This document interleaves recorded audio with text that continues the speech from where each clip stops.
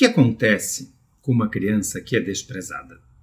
Não estou falando do abandono, eu estou falando daquela criança que convive no seio familiar, mas que é desprezada o seu próprio sentimento, que não é olhado o que ela sente, que é negligenciado, desqualificado toda a sensação que ela tem.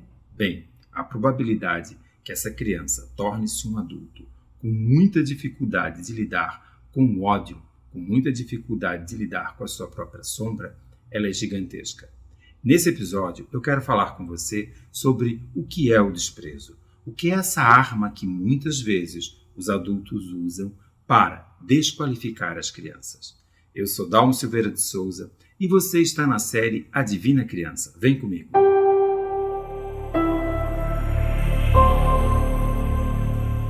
As chances que uma criança que é desprezada, desqualificada, não olhada no seu próprio sentimento, de lidar com o ódio de uma forma idealizada na medida em que a criança não consegue expressar, porque não pode expressar esse sentimento hostil.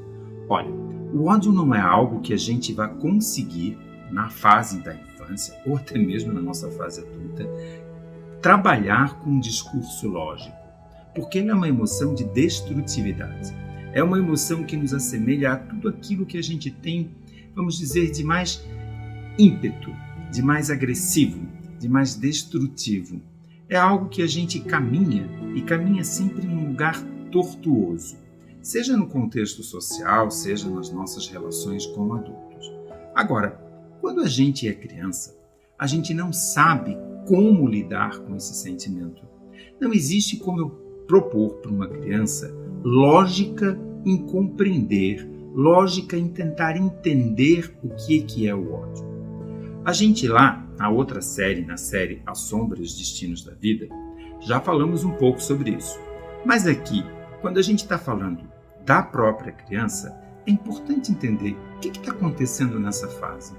Uma criança que não pode, que não consegue expressar esse sentimento hostil, ela acaba idealizando, porque ela acaba não conseguindo entender que o ódio nada mais é que uma outra parte do sentimento do amor. Isso mesmo, vamos explicar isso com bastante atenção. É como se a gente tivesse dois lados da mesma moeda. Tudo aquilo que eu não consigo atingir pelo amor, a reação automática é ir para o ódio. Mas ele é só um lado da própria sombra. Um lado que eu não consigo administrar nem olhar. Então a criança vive esse sentimento, vive essa sensação de uma forma desqualificada. Porque na nossa cultura, muitas vezes a gente não consegue lidar com aquela criança que a gente diz que é mal criada, a criança que é irritada, a criança que agride. E a gente acaba tentando fazer com que esse sentimento, ao invés de vir pelo diálogo, vir pela possibilidade da criança expressar tudo aquilo que ela está sentindo de uma forma destrutiva e compreender o que está acontecendo, compreender a frustração que levou a uma grande raiva, que desencadeia algo destrutivo, como o próprio ódio, que a criança possa entender isso como um lado do amor que não conseguiu ser expresso.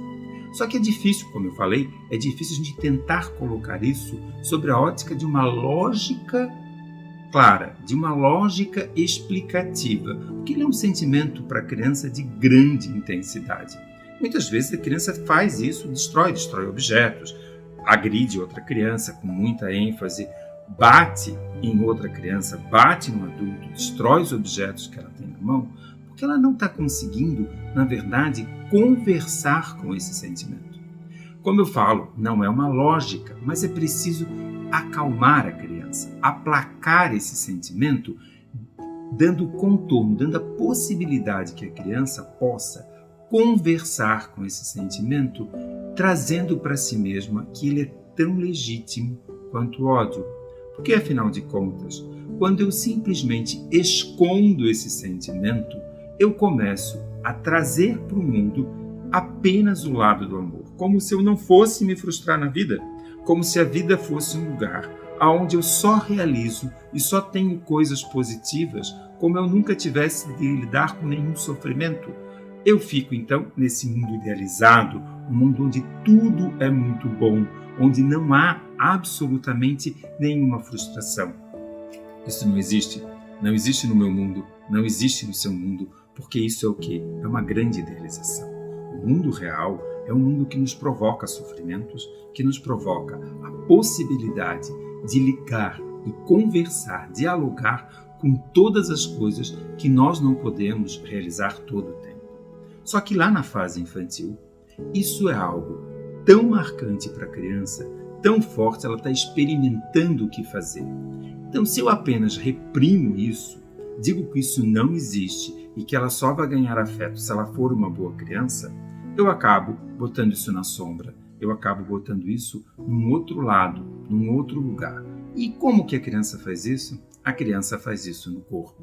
Sim, no corpo eu vou guardar essas emoções em forma de tensão, em forma de coraça, eu vou esconder dentro do meu corpo esse sentimento. Isso um dia vai ter um preço, porque um dia isso vai precisar vir para fora. Isso vem para fora de qualquer forma. Não há como eu reprimir essa dificuldade, esse sentimento. Ele acaba vindo, ele acaba aparecendo. E o que acontece com a criança que tem o corpo como se fosse, vamos imaginar assim, encapsulado? A emoção não se expressa, ela fica trancada. Bem, esse corpo começa a lidar com o mundo a partir de certas dificuldades. Esse corpo começa a ser um lugar de dificuldade de expressar o próprio afeto. Isso a gente já falou lá no outro episódio. Mas o importante aqui é entender que o ódio fica sim guardado no meu corpo. Fica guardado na forma de expressão.